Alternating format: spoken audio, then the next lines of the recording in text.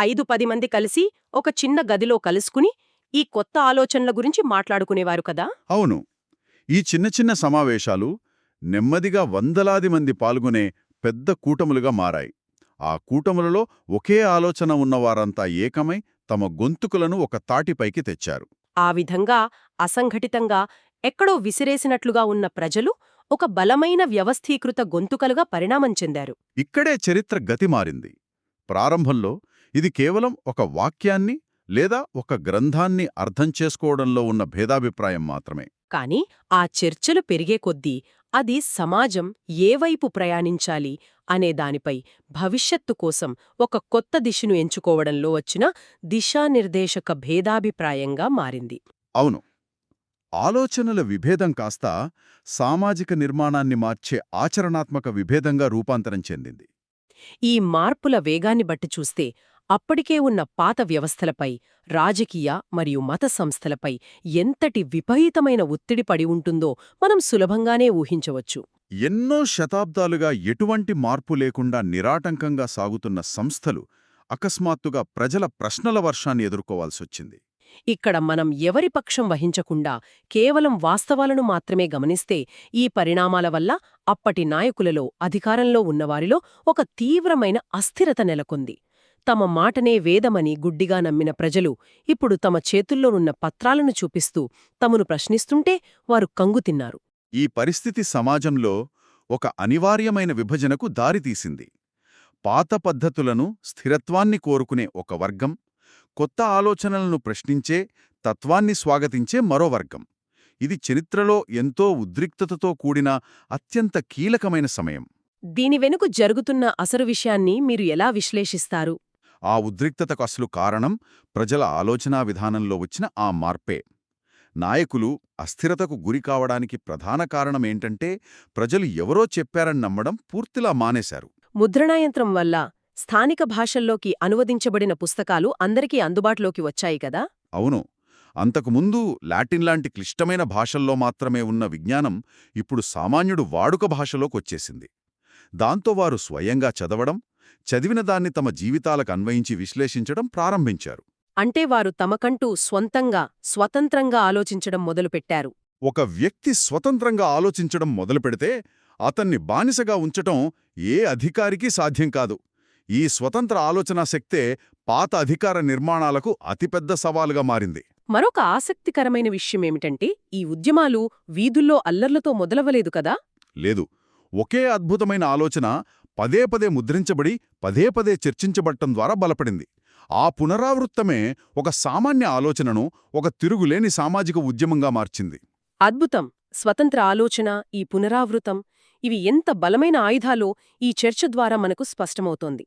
సరే, ఇప్పుడు ఈ లోతైన మరియు చారిత్రాత్మకమైన చర్చ నుండి మనం నేర్చుకున్న ముఖ్యమైన పాఠాలను ఒకసారి క్రోడీకరిద్దాం. తప్పకుండా. ఈనాటి మన అన్వేషణ ప్రధానంగా 4 విషయాలను స్పష్టం చేస్తోంది. మొదటిది, ఒక సమాజంలో సమిష్టి మార్పును తీసుకురావడానికి ఎప్పుడూ ఒక పెద్ద సైన్యమో ఆయుధాలో అవసరం లేదు. సత్యాన్ని నిర్వచించే అధికారం ఎవరికుంది లాంటి ఒకే ఒక బలమైన సూటి ప్రశ్న శతాబ్దాలుగా నిద్రపోతున్న సమాజాన్ని మేల్కొల్పుతుంది. రెండవది వ్యాఖ్యాన స్వేచ్ఛ. అంటే ఒక విషయాన్ని మనకు నచ్చినట్లుగా స్వతంత్రంగా అర్థం చేసుకునే స్వేచ్ఛ అనేది తనతో పాటు సమాజం పట్ల ఒక గొప్ప బాధ్యతను కూడా తీసుకువస్తోంది. మూడవది, జ్ఞానమనేది కొద్దిమంది పండితులకో, పాలకులకో పరిమితం కాకుండా అందరికీ సులభంగా అందుబాటులో ఉన్నప్పుడు సమాజంలో వ్యక్తుల స్వతంత్ర ఆలోచనా శక్తి అనూహ్యంగా పెరుగుతుంది. అది పాత వ్యవస్థల పునాదులను కదిలిస్తుంది. నాలుగవది మరియు అత్యంత ఆసక్తికరమైన పాఠం, చరిత్ర గతిని మార్చిన ఎన్నో గొప్ప సామాజిక పరివర్తనలు ఎంతో కోలాహలంగా కాకుండా కేవలం ఒక ముద్రిత కాగితం చుట్టూ అత్యంత నిశ్శబ్దంగా మొదలయ్యాయి. నిజమే. ఈ పాఠాలు ఎంతో విలువైనవి. భవిష్యత్తు వైపు దృష్టి సారిస్తే ఈ పరిణామాలు ఇంకెక్కడికి దారితీశాయంటారు?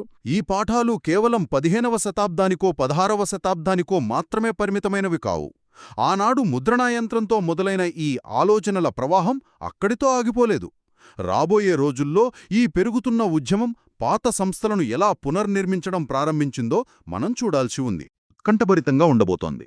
అయితే ఈరోజు ఈ విశ్లేషణను ముగించే ముందు ఒక బలమైన ఆలోచనాత్మకమైన ప్రశ్నను మనందరి కోసం వదిలివేయాలనుకుంటున్నాను. చెప్పండి. మనం ఇప్పటివరకు శతాబ్దాల క్రితం నాటి కాగితాలు, ముద్రణాయంత్రాల గురించి మాట్లాడుకున్నాం. మూలాలలో లేని ఒక కొత్త కోణం గురించి ఆలోచిద్దాం. ఇప్పుడు ఆ చరిత్రను పక్కన పెట్టి నేటి మన ప్రస్తుత ప్రపంచం గురించి, ముఖ్యంగా ఈ డిజిటల్ యుగం గురించి ఆలోచిద్దాం. ఒకప్పుడు ఒక కరపత్రం 100 మందికి చేరడానికి రోజులు పట్టేది కదా.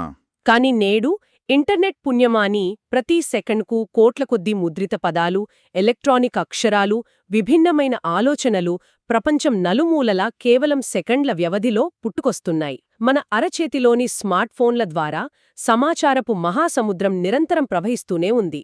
ఒక చిన్న పోస్ట్ ఖండాంతరాలు దాటి క్షణాల్లో కోట్లాది మందికి చేరుతోంది.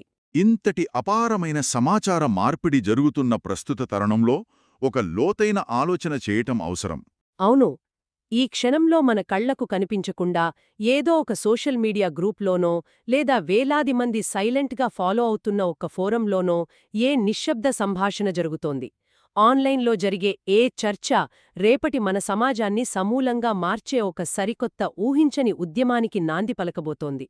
ఆనాటి రచ్చబండ దగ్గరి చర్చలు ప్రపంచాన్ని మార్చినట్లుగానే నేడు ఇంటర్నెట్లో రగులుతున్న ఏ చిన్న ఆలోచన రేపటి భవిష్యత్తును తిరగరాయబోతోందో అని ఆలోచిస్తే ఆశ్చర్యంగా ఉంటుంది. ఈ ప్రశ్నను మన మనసుల్లో ఉంచుకుని మన చుట్టూ జరుగుతున్న ఈ డిజిటల్ సంభాషణలను, ఆ నిశ్శబ్ద విప్లవాలను జాగ్రత్తగా గమనిద్దాం. ఎందుకంటే మార్పు ఎప్పుడూ పెద్ద అరుపులతో రాదు, అది మన పక్కనే చాలా నిశ్శబ్దంగా మొదలవుతోంది. ఈనాటి మన విశ్లేషణలో పాల్గొన్నందుకు ధన్యవాదాలు. మరొక ఆసక్తికరమైన అంశంతో మళ్ళీ కలుద్దాం.